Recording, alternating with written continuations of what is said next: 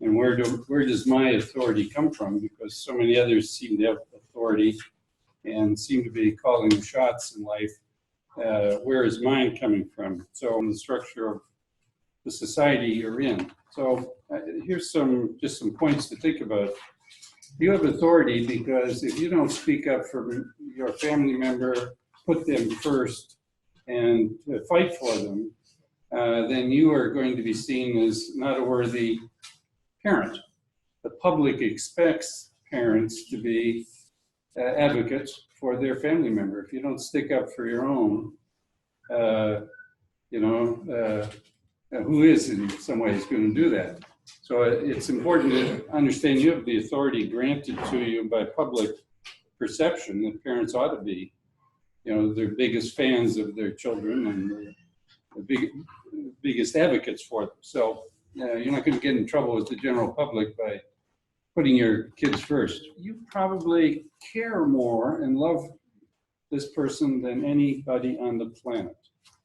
And that's the authority of love and care.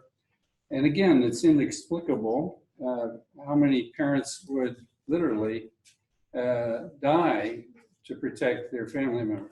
So this is the authority of the consequences of actions. You have the authority to try to shape those outcomes, because if a parent doesn't try to shape those outcomes, they're not doing parenting. You're wanting things to turn out well for your family member.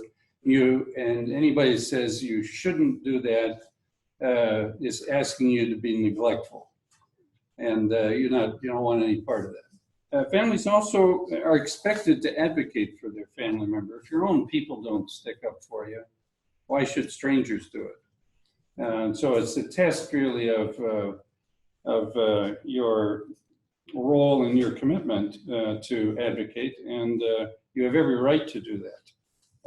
And in fact, if you didn't, people would wonder, what kind of person are you? You won't stick up for your own family member. It's the authority of witness, and this really refers to the fact that you're involved in the events that affect your family member.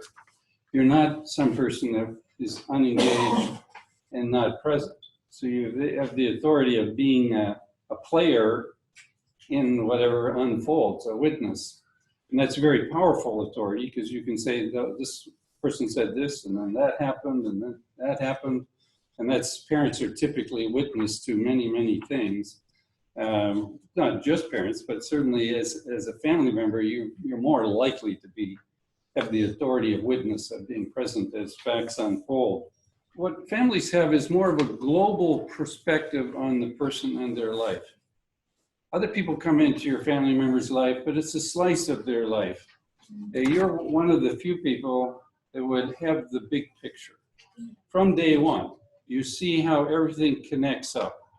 And of course, in our service systems, they don't connect up. They're all kind of just disconnected and this and that. So families bring coherence and a global, knitting together of all kinds of different facts that would be lost on people that are just looking at a slice of it. So that's another kind of powerful authority that you have. So when you think of it that way, you have a lot of authority, even though people don't grant it to you. So you know what to remind them of. And that is that you don't know my son, my daughter, from the day they were born. You're just here for 20 minutes. You have no authority here. You don't know how all this connects up. So don't tell me that your slice of it's the final word here, and so on.